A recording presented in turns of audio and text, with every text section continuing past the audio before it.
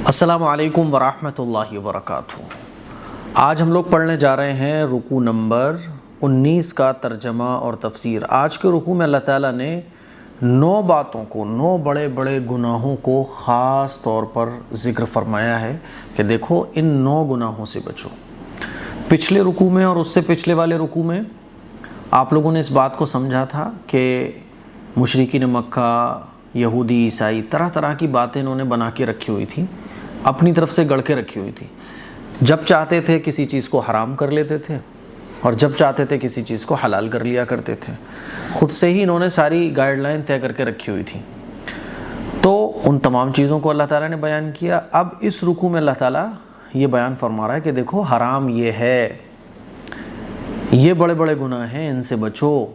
تو وہ 9 باتوں کی نصیحت آج ہم سب لوگ انشاءاللہ جانیں گے۔ اعوذ باللہ من الشیطان الرجیم، بسم اللہ الرحمن الرحیم۔ 9 گناہوں کو سمجھ لو وہ کون کون سے ہیں۔ پہلا، کسی چیز کو اللہ کے ساتھ شریک نہ ٹھہرانا۔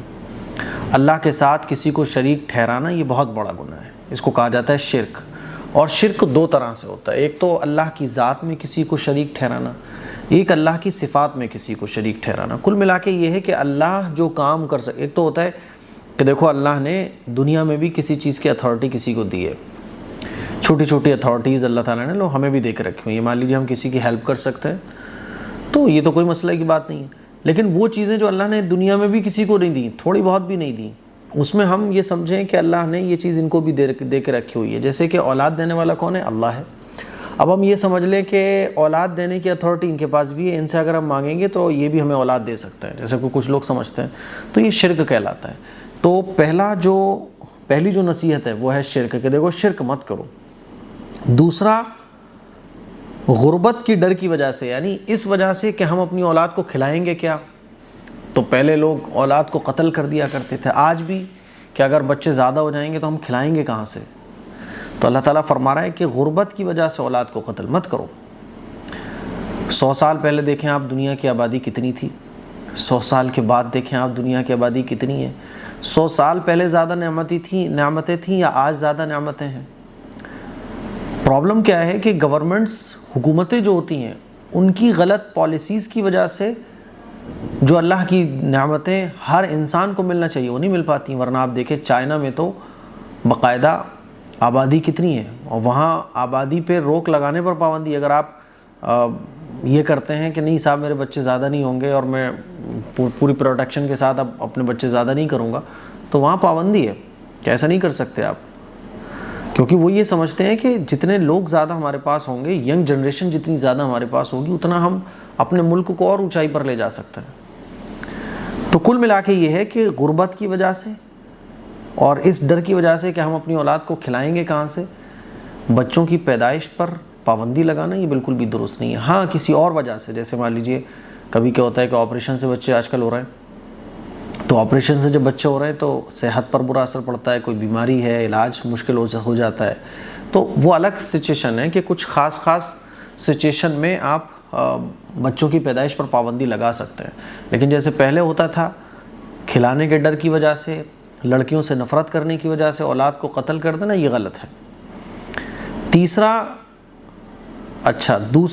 والدین کی نافرمانی نہیں کرنا ہے۔ چوتھا، بے حیائی کی باتوں سے بچنا۔ پانچواں، کسی انسان کو ناحق قتل کرنا، بہت بڑا گناہ ہے۔ چھٹا، یتیم کا مال نہیں کھانا۔ ساتواں، ناپ تول کو پورا کرنا۔ آپ کوئی بھی چیز کسی کو دے رہے ہو تو ناپ تول پوری رکھو، اس میں ڈنڈی مت مارو۔ ساتواں ہو گیا۔ آٹھواں، کوئی بھی بات کہو تو انصاف کے ساتھ۔ نواں، اللہ کے وعدے کو پورا کرو، یعنی اللہ کا وعدہ کیا ہے کہ اللہ نے جن چیزوں سے منع کیا ہے ان سے رک جاؤ، اور جن چیزوں کا حکم دیا ہے ان کو کرو۔ چلیے، اعوذ باللہ من الشیطان الرجیم، بسم اللہ الرحمن الرحیم۔ قل تعالوا اتل ما حرم ربكم عليكم الا تشركوا به شيئا وبالوالدين احسانا۔ آپ فرمائیے، آؤ میں سنا دوں کہ تمہارے پروردگار نے تم پر کیا باتیں حرام کی ہیں۔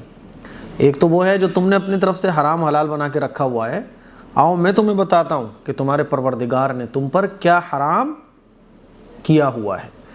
یہ بات کہ تم اللہ کے ساتھ کسی کو شریک نہ ٹھہراؤ، اللہ کے ساتھ کسی کو شریک نہ ٹھہراؤ، شرک اللہ معاف نہیں فرماتا۔ والدین کے ساتھ بہتر سلوک کرو، تو دوسری نصیحت کیا ہے کہ والدین کے ساتھ بہتر سلوک کرو۔ وَلَا تَقْتُلُوا أَوْلَادَكُم مِّنْ إِمْلَاقٍ، اپنی اولاد کو افلاس کی وجہ سے مار نہ ڈالو، یعنی بچوں کی پیدائش پر اس لیے پابندی لگائی جا رہی ہے صاحب بچوں کو ہم کھلائیں گے کہاں سے، تو اپنی اولاد کو افلاس کی وجہ سے مار نہ ڈالو۔ نحن نرزقکم وإیاہم، ہم ہی تم کو بھی روزی دیتے ہیں اور ان کو بھی۔ اللہ کیا فرما رہا ہے؟ ہم تم کو بھی روزی دیتے ہیں، ان کو بھی ہم روزی دیں گے۔ کھلانے والے کون ہیں؟ ہم ہیں۔ حضرت آدم علیہ السلام کے زمانے میں کتنے لوگ تھے؟ ایک، حضرت آدم، حضرت حوا۔ 100 ہو گئے ہوں گے، 200، 300، 500، 1000 ہو گئے ہوں گے۔ اس وقت اگر یہ کہا جاتا کہ ایک وقت ایسا آئے گا کہ اربوں خربوں کے حساب سے انسان ہوں گے دنیا پر، تو سوچنے والا سوچتا اتنے لوگ کھائیں گے کہاں سے بھائی؟ لیکن جیسے جیسے انسان بڑھتے ہیں، اس دنیا کا نظام چلانے والا اللہ ہے۔ پانی کی کمی ایسی ہوئی ہے کہ کبھی پانی کم پڑ گیا ہو پینے والوں کے لیے؟ ہاں، انسانوں کی حرکتوں کی وجہ سے ضرور کم پڑ رہا ہے۔ آج کل کوئی بھی چیز کی اگر شارٹیج ہو رہی ہے مارکیٹ میں تو وہ انسانوں کی اپنی حرکتوں کی وجہ سے ہو رہی ہے۔ پانی کی کمی انسانوں کی اپنی حرکتوں کی وجہ سے ہو رہی ہے۔ آکسیجن میں پرابلم انسانوں کی اپنی حرکتوں کی وجہ سے ہو رہی ہے، ورنہ اللہ کا نظام تو بیسٹ ہے۔ اللہ کا نظام تو ایسا ہے کہ وہ بہترین ہے۔ اللہ ہی دنیا کا نظام چلانے والا ہے، اس کے نظام میں گڑبڑی نہیں آتی۔ ہاں، انسان جب انگلی کرتے ہیں، اپنی زیادہ چلاتے ہیں، درختوں کو کاٹتے ہیں، پانی کے بیجا استعمال کرتے ہیں اور دنیا بھر کی خرافات میں مبتلا ہو جاتے ہیں، تو پھر اللہ اپنے نظام کو بدل دیتا ہے۔ تو اللہ کیا فرما رہا ہے؟ ہم تم کو بھی رزق دیتے ہیں اور ان کو بھی رزق دیتے ہیں۔ وَلَا تَقْرَبُوا الْفَوَاحِشَ مَا ظَهَرَ مِنْهَا وَمَا بَطَنَ۔ اچھا جی، کھلی ہوئی یا چھپی ہوئی بے حیائیوں کے قریب بھی نہ بھٹکو، یعنی بے حیائی کے کام نہ کرو۔ بے حیائی کے کام اکیلے میں وہ بھی غلط ہے، کھلم کھلا وہ بھی غلط ہے۔ تو اللہ فرما رہا ہے بے حیائی کے کاموں کے قریب بھی نہ جاؤ، چاہے وہ کھلی ہوئی ہوں چاہے وہ چھپی ہوئی ہوں۔ وَلَا تَقْتُلُوا النَّفْسَ الَّتِي حَرَّمَ اللَّهُ إِلَّا بِالْحَقِّ، کسی جان کو جس کے قتل کو اللہ تعالیٰ نے حرام کیا ہے قتل نہ کرو، سوائے اس کے کہ شریعت کے حکم کے مطابق حق کی بنیاد پر ان کا قتل ہو۔ یعنی کسی کو بھی قتل کرنے کی اللہ نے اجازت نہیں دی۔ قتل کرنا یہ بہت بڑا جرم ہے۔ پتہ نہیں لوگوں کو یہ کہاں سے سمجھا دیا جاتا ہے کہ اسلام میں قتل کرنا درست ہے۔ بھائی، قتل کرنا یہ سب سے بڑا گناہ ہے۔ دیکھو کیا فرما رہا ہے اللہ، ذَلِكُمْ وَصَّاكُمْ بِهِ لَعَلَّكُمْ تَعْقِلُونَ۔ اللہ تعالیٰ آگے فرماتا ہے کہ اللہ تم کو اس کی نصیحت فرماتا ہے تاکہ تم سمجھو۔ آگے باقی کی چیزیں بیان ہو رہی ہیں، تو ایک آیت ہو گئی، چلیے اس کا لفظی ترجمہ کر لیجئے۔ اب قل، آپ فرما دیجئے، تعالوا، آؤ، اتلو، میں تمہیں بتاتا ہوں، ما، ان چیزوں کے بارے میں، حرم، جو حرام قرار دی ہیں، ربکم، تمہارے رب نے، علیکم، تم پر، کیا کیا چیزیں حرام قرار دی ہیں؟ اللہ تشرکو، کہ تم شریک مت ٹھہراؤ اللہ کے ساتھ، شیئن، کسی کو بھی، وبالوالدین، اور والدین کے ساتھ، احسانہ، حسن سلوک کرو۔ شریک ٹھہرانا یہ بہت بڑا گناہ ہے نا۔ دیکھو، شرک سے بچنے کی کوشش کرو، ان چیزوں کو بھی چھوڑ دو جس میں شرک کا شبہ تک ہو۔ بات سمجھ آ رہی ہے؟ اور اپنے وبالوالدین، اور والدین کے ساتھ احسانہ، حسن سلوک کرو۔ ولا تقتلوا، اور قتل مت کرو، اولادکم، اپنی اولاد کو، من املاق، فقر و فاقے کے ڈر کی وجہ سے کہ کھلائیں گے کہاں سے۔ نحن، ہم، نرزقکم، ان کو، تم کو بھی رزق دیتے ہیں، وإیاہم، ان کو بھی دیں گے۔ ولا تقربوا، اور تم قریب بھی مت جاؤ، فواحش، بے شرمی والے کاموں کی طرف، ما ظہر منہا، جو ظاہر ہوتے ہیں، وما بطن، اور جو چھپے ہوئے ہوتے ہیں۔ چھپی ہوئی اور کھلی ہوئی بے شرمی کی طرف مت جاؤ۔ بدکاری اللہ کو سخت ناپسند ہے۔ ولا تقتلوا، اور قتل مت کرو، نفسا، کسی کو بھی، التی، جس کو، حرم اللہ، اللہ نے حرام قرار دیا، یعنی قتل کرنے کو اللہ نے حرام قرار دیا ہے، الا بالحق، مگر حق کے مطابق، یعنی جیسے کہ کسی کو قتل کرنا مجبوری ہو، اور یہ بھی عام انسان کا کام نہیں ہے، گورنمنٹ، جیسے گورنمنٹ پھانسی کی سزا دیتی ہے، تو ایسے ہی شریعت نے یہ کہا کہ اگر کوئی کسی کو قتل کر دے تو اس کے بدلے میں اسی کو قتل کیا جائے گا، مگر یہ کہ شریعت کے مطابق حق کی بنیاد پر اس کا قتل کیا جائے، باللہ بالحق، یہ اس کا ترجمہ ہے۔ ذالکم، ان تمام باتوں کی، وصاکم، اللہ تمہیں بس حکم دیتا ہے، تم کو نصیحت کرتا ہے، لعلکم تعقلون، تاکہ تم سمجھو۔ آگے دیکھو، وَلَا تَقْرَبُوا مَالَ الْيَتِيمِ إِلَّا بِالَّتِي هِيَ أَحْسَنُ حَتَّى يَبْلُغَ أَشُدَّهُ، سوائے خیر خواہی کے یتیم کے مال کے قریب بھی نہ جاؤ یہاں تک کہ وہ اپنی جوانی کو پہنچ جائیں۔ وَأَوْفُوا الْكَيْلَ وَالْمِيزَانَ بِالْقِسْطِ، انصاف کے ساتھ پورا ناپ تول کرو۔ لَا نُكَلِّفُ نَفْسًا إِلَّا وُسْعَهَا، ہم کسی کو بھی اس کی طاقت کے مطابق ہی احکام کا پابند کرتے ہیں، یعنی پورا تولنا ہے۔ یتیم کا مال نہیں کھانا، یتیم کا مال کھانا یہ ناجائز ہے، حرام ہے، ہاں لیکن اچھے طریقے پر یتیم کا مال کھانا، اس کا مطلب کیا ہے؟ یعنی اب یتیم ہے ایک آپ کے یہاں، تو ایک تو یہ کہ آپ یتیم کے پیسہ الگ کر دو، اس کا کھانا بھی الگ بناؤ، تو ایک بڑا مسئلہ ہے، لیکن آپ نے کیا کیا کہ آپ کی منشا یتیم کے مال کو کھانے کی نہیں ہے، بلکہ یتیم کے حق میں اچھا کرنے کی ہے کہ بھئی میں اپنے گھر میں جتنی چیزیں کھا رہا ہوں وہ یتیم بھی کھا لے، تو آپ نے یتیم کا کھانا بھی اپنے ہی کھانے کے ساتھ پکوا دیا تاکہ یتیم وہی کھا لے، اور آپ اچھے سے اچھا یتیم کو کھلاؤ تو بہت اچھی بات ہے۔ تو اللہ تعالیٰ فرما رہا ہے یتیم کے مال کو مت کھاؤ، ہاں جتنی اس کی ضرورت ہے اتنا اس پر خرچ کر سکتے ہو۔ مان لیجیے کوئی آپ کے کوئی بھائی ہے آپ کا، اس کا انتقال ہو گیا، اس کے بچے یتیم ہو گئے، وہ آپ کی ذمہ داری میں آ گئے، تو اچھے سے اچھا کرنے کی کوشش کرو۔ اب اس یتیم کے باپ کے مرنے پر جو اس کو روپیہ پیسہ ملا ہے، جو بھی اس کو وراثت میں ملا، اب اس کا حق آپ کھانے کی کوشش کرو تو غلط ہے، یتیم کا مال مت کھاؤ۔ حتیٰ یبلغ اشدہ، ہاں وہ بالغ ہو جائے تب تک اس کی ذمہ داری ادا کرو، جتنی ضرورت ہے اس پر خرچ کرنے کی خرچ کرو، اور جب وہ بالغ ہو جائے تو اس کا مال اس کے حوالے کر دو۔ پورا تولو، تولنے میں کمی مت کرو۔ ہوتا کیا ہے کہ آج کل لوگ کیا کرتے ہیں نا، ترازو اور اس میں گھپلا چلتا رہتا ہے، گول مول وزن ہو رہا ہے، گول مول آدھا کلو میں 50 گرام کم، غلط۔ میں نے مسلمانوں کی دکانوں میں دیکھا ہے تولنے میں کمی، کبھی بھی خیر و برکت نہیں آ سکتی۔ پورا تولو، اللہ کے نبی نے فرمایا ہو سکے تو جھکتا ہوا تولو۔ ہاں کبھی کبھی کیا ہوگا کہ بہت کسٹمر زیادہ ہیں تو کبھی کبھی 19-20 ہو جائے گا، تو اللہ تعالیٰ اس کو معاف کرنے والا ہے۔ لا نکلف نفسا الا وسعها، ہم کسی کو بھی اس کی طاقت کے مطابق ہی احکام کا پابند کرتے ہیں۔ وَإِذَا قُلْتُمْ فَعْدِلُوا وَلَوْ كَانَ ذَا قُرْبَىٰ، اور جب بات کرو تو انصاف سے کام لو۔ اللہ کیا فرما رہا ہے؟ یہ نہیں کہ رشتہ داروں کی بات آئی تو غلط کو بھی صحیح کرنے لگے تم، اور جب دوسرے کی بات آئی تو صحیح کو بھی غلط کرنے لگے۔ تو اللہ تعالیٰ فرما رہا ہے انصاف سے کام لو، جب بولو تو انصاف کی صحیح بات بولو، انصاف کے ساتھ بولو۔ وَلَوْ كَانَ ذَا قُرْبَىٰ، چاہے وہ رشتہ داری کیوں نہ ہو۔ وَبِعَهْدِ اللَّهِ أَوْفُوا، اور اللہ کے عہد کو بھی پورا کرو۔ اللہ کا عہد یعنی جو بھی اللہ تعالیٰ نے فرض احکام رکھے ہیں، اللہ کے عہد کو پورا کرو۔ یہ نویں نصیحت ہے۔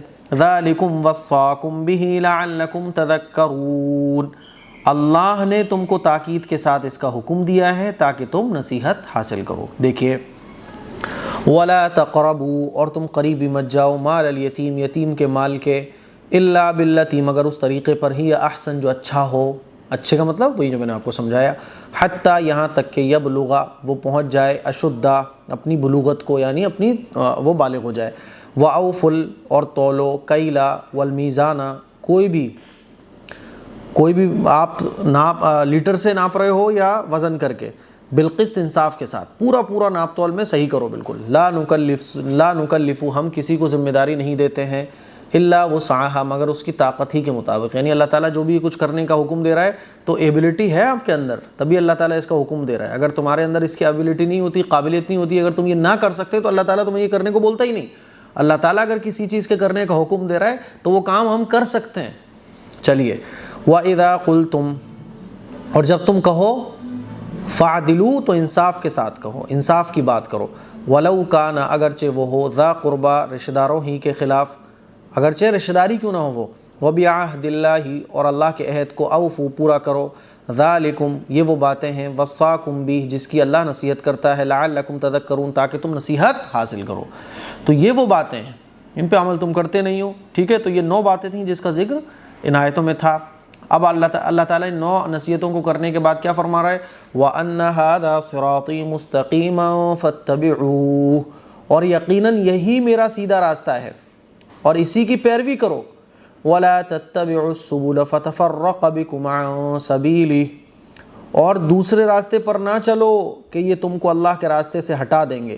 ذَلِكُمْ وَصَّاكُمْ بِهِ لَعَلَّكُمْ تَتَّقُونَ، اللہ تم کو اس کی نصیحت فرماتے ہیں تاکہ تم ان غلط راستوں سے بچتے رہو. تو اللہ تعالیٰ فرما رہا ہے یہ سیدھا راستہ ہے، باقی جتنے بھی راستے ہیں وہ سیدھے راستے نہیں ہیں بلکہ وہ گمراہی کے راستے ہیں. وَأَنَّ هَذَا، اور یہ صراطی میرا راستہ ہے، مستقیم سیدھا سیدھا.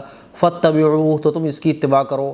وَلَا تَتَّبِعُوا، اور تم اتباع نہ کرو، سُبُلَ، بہت سارے راستوں کی.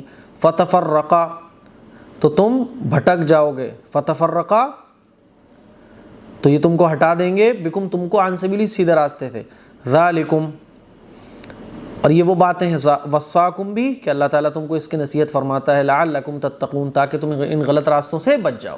تو یہ تم نے جو بنا کے رکھے ہوئے غلط چیزیں ہیں. آگے دیکھیے پھر اللہ تعالیٰ آگے کی آیت میں بیان فرما رہا ہے کہ ایسے ہی ہم نے موسیٰ علیہ السلام کو بھی توریت دی تھی.